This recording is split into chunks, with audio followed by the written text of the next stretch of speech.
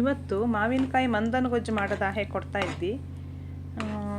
ಈಗೇನು ಮಾವಿನಕಾಯಿ ಸೀಸನ್ ಶುರುವಾಗ್ತಾ ಇತ್ತು, ಅದಕ್ಕಾಗಿ ಮಾವಿನಕಾಯಿ ಪದಾರ್ಥ ದಿವಸ ಒಂದಾರು ಬೇಕಲ್ಲಿ ನಮಗೆ, ಅದಕ್ಕೆ ಹೇಗೆ ಕೊಡ್ತಾ ಇದ್ದಿ. ಈಗ ಬೇಕಾಗಿರೋ ಪದಾರ್ಥ ಎಂತೆಂಥದ್ದು ನೋಡ್ಕೆ ಬಪ್ಪನ. ಮಾವಿನಕಾಯಿ ಹೋಳು, ಹಸಿಮೆಣಸು, ಮೆಂತೆ, ಇಂಗು, ಸಾಸಿವೆ, ಕೊಬ್ಬರಿ ಎಣ್ಣೆ ಮತ್ತು ಉಪ್ಪು. ಈ ಕೊಬ್ಬರಿ ಎಣ್ಣೆ ನೋಡಿ ಆದಷ್ಟು ನಾವು ಡಬಲ್ ಫಿಲ್ಟರ್ಡ್ ಎಣ್ಣೆ ಬಳಸಲಾಗ ಹೇಳಿ ನಾನು ಮನೆಯಲ್ಲೇ ಮಾಡಿದ್ದ ಎಣ್ಣೆನೇ ಬಳಸ್ತಿ. ಮನೆಯಲ್ಲಿಲ್ಲದೆ ಹೋದರೆ ನಮ್ಮ ಸಿರ್ಸೆಯಲ್ಲಿ ಕದಂಬದಲ್ಲಿ ಸಿಕ್ತು ಒರಿಜಿನಲ್ ಎಣ್ಣೆನೆಯ, ಅದನ್ನೇ ಯೂಸ್ ಮಾಡ್ತಾಯಿದ್ವಿ. ಈಗ ಹಸಿಮೆಣಸನ್ನು ಪೇಸ್ಟ್ ಮಾಡ್ಕೊಳ್ಳವು ಮಿಕ್ಸರಿಗೆ ಹಾಕಿ. ಹಸಿಮೆಣಸು ಮತ್ತು ಮಾವಿನಕಾಯಿ ಹೋಳು ಎರಡನ್ನೂ ಮಿಕ್ಸರಿಗೆ ಹಾಕಿ ಪೇಸ್ಟ್ ಮಾಡ್ಕೊಳ್ಳವು. ಈಗ ರೆಡಿ ಆಜು ಎರಡೂ, ಮಾವಿನಕಾಯಿ ಪೇಸ್ಟು ಮತ್ತು ಹಸಿಮೆಣಸಿನ ಪೇಸ್ಟು. ಈಗ ಶುರು ಮಾಡೋಣ. ಈಗ ಒಂದು ಬಾಣಲೆ ಇಟ್ಕೊಂಡು ಕೊಬ್ಬರಿ ಎಣ್ಣೆ ಒಂದು 3-4 ಚಮಚ ಹಾಕಿದ್ದಿ. ಹಾಕಿ ಅದು ಬಿಸಿ ಆಗಲಿ. ಅದು ಸ್ವಲ್ಪ ಬಿಸಿ ಆಗ್ತಾ ಇದ್ದಂಗೆ ಅದಕ್ಕೆ ಮೆಂತೆ ಹಾಕ್ತಾಯಿದ್ದಿ. ಮೆಂತೆ ಸ್ವಲ್ಪ ಫ್ರೈ ಆಗಿ ಸ್ವಲ್ಪ ಕೆಂಪು ಕಲರ್ ಬರವು. ಫ್ರೈ ಆಗ್ತಾಯಿದ್ದು ಇನ್ನೊಂದು ಚೂರು ಫ್ರೈ ಆಗಲಿ.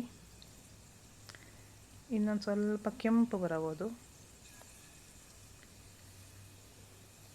ಸ್ವಲ್ಪ ಕಲರ್ ಚೇಂಜ್ ಆಗ್ತಾಯಿದ್ದು ಈಗ ಅದಕ್ಕೆ ಸಾಸಿವೆ ಕಾಳು ಹಾಕಿದ್ವಿ. ಸ್ವಲ್ಪವ ಸಾಸಿವೆ ಕಾಳು ಹಾಕಿ, ಸಾಸಿವೆ ಕಾಳು ಚಟಪಟ ಗುಡ್ಲಿ.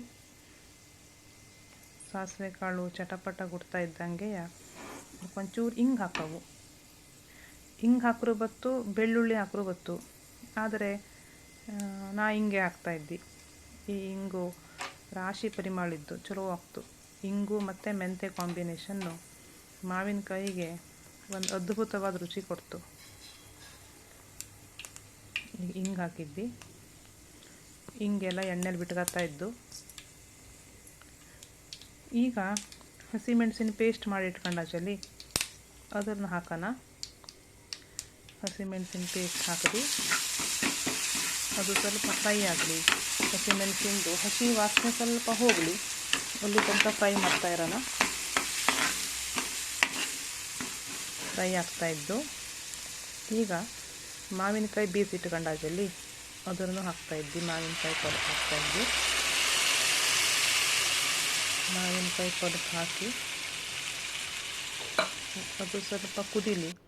ಸರಿ ಮಾಡಿ ಉಪ್ಪು ಹಾಕಿ ಸ್ವಲ್ಪ ಕುದಿಸವು. ಅದನ್ನು ನೀರಿನ ಅಂಶ ಎಲ್ಲ ಸ್ವಲ್ಪ ಆರವು. ಅಷ್ಟರ ತನಕ ನಾವು ಸ್ವಲ್ಪ ಕೈ ಆಡಿಸ್ತಾ ಇರವು. ಇದು ತೋತಾಪುರಿ ಮಾವಿನಕಾಯಿದಾಗಿದ್ದಕ್ಕೆ ಸ್ವಲ್ಪ ಸ್ವೀಟಿಶ್ ಬತ್ತು. ಜಾಸ್ತಿ ಹುಳಿ ಇರ್ತಿಲ್ಲ, ಹದ ಹುಳಿ ಖಾರ ಶೀಯ ಎಲ್ಲ ಇದ್ದು. ಜಾಸ್ತಿ ಖಾರ ಬೇಕಾದರೆ ಸೂಜಿ ಮೆಣಸಿನ ಪೇಸ್ಟ್ ಮಾಡಿ ಹಾಕೇಳಿ. ಮತ್ತು ಮಾವಿನಕಾಯ ಶೀಯ ಇಲ್ಲೇ ಹೋಗಿದ್ದು ಬರೀ ಹುಳಿ ಇರೋ ಮಾವಿನಕಾಯಿ ತಗೊಂಡ್ರೆ ಅದು ಇನ್ನೂ ಬೇರೆ ನಮೂನೆ ಟೇಸ್ಟ್ ಕೊಡ್ತು. ಅದು ಭಾಳ ರುಚಿ ಆಗ್ತು. ಈಗ ರೆಡಿಯಾಗಿದ್ದ ಒಂದು ಗಾಜಿನ ಬಾಟ್ಲಲ್ಲಿ ಹಾಕಿ ತುಂಬಿಟ್ಕೊಂಬಿಟ್ರೆ ಫ್ರಿಜ್ಜಲ್ಲಿ ಇಟ್ಕೊಂಡ್ರಂತೂ ತಿಂಗಳುಗಟ್ಟಲೆ ಇರ್ತು.